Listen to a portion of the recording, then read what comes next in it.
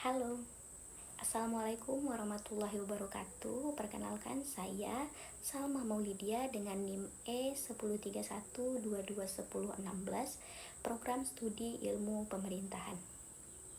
Tujuan saya membuat video ini adalah untuk memenuhi tugas UTS Etika Pemerintahan dan Akuntabilitas Pejabat Publik yang diampu oleh Ibu Mutmainnah SIP MPA. Nah, di sini saya akan mengutarakan sedikit kritik saya terkait kasus atau masalah yang sering kali terjadi di Indonesia. Dan menurut saya, masalah ini belum ada penyelesaiannya sampai sekarang, yaitu tindak pidana korupsi yang melibatkan penyelenggara negara. Di Indonesia, etika pemerintahan menurut saya merupakan fondasi utama bagi penyelenggara negara dalam menjalankan tugas dan tanggung jawabnya, seperti kejujuran, keadilan, transparansi, dan tanggung jawab. Namun, pada kenyataannya masih sangat jauh sekali dari harapan.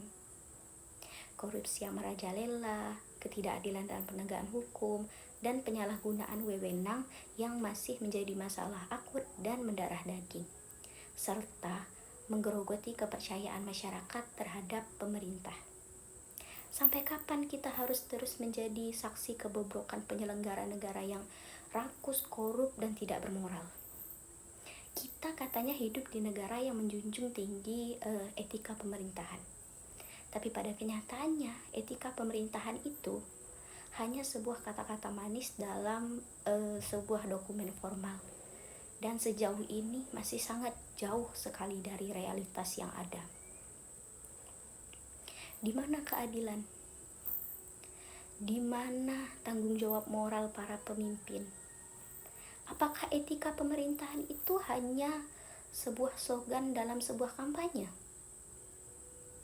Jika mereka memiliki hati nurani, harusnya mereka malu ya.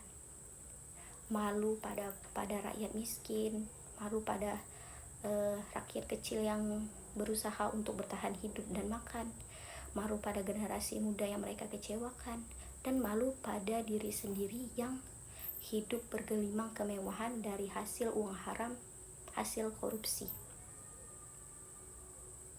Sudah cukup toleransi untuk para pejabat korup dan pelaku penyimpangan lain dalam pemerintahan. Menurut saya, hukum tidak boleh lagi bersifat lunak, seolah korupsi hanya masalah kecil yang bisa dimaafkan dengan uang. Sudah terlalu lama oknum jahat itu hidup nyaman di balik sistem yang melindungi mereka, sementara rakyat kecil menderita akibat kerusakan mereka. Maka menurut saya, salah satu cara untuk membuat mereka jera adalah dengan hukuman yang benar-benar menyakitkan, seperti penjara tanpa hak istimewa, agar mereka merasakan hidup seperti rakyat yang mereka hianati.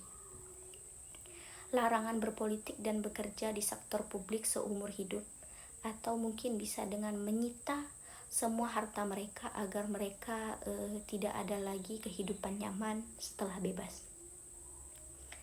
Mungkin itu saja yang dapat saya sampaikan terkait kritik dan solusi terhadap kasus korupsi di Indonesia.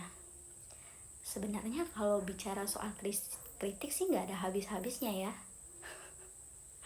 Tapi berhubung ini tugas UTS dan sudah ditentukan durasinya, maka kritiknya cukup sampai di sini saja. Terima kasih, saya akhiri. Wassalamualaikum warahmatullahi wabarakatuh.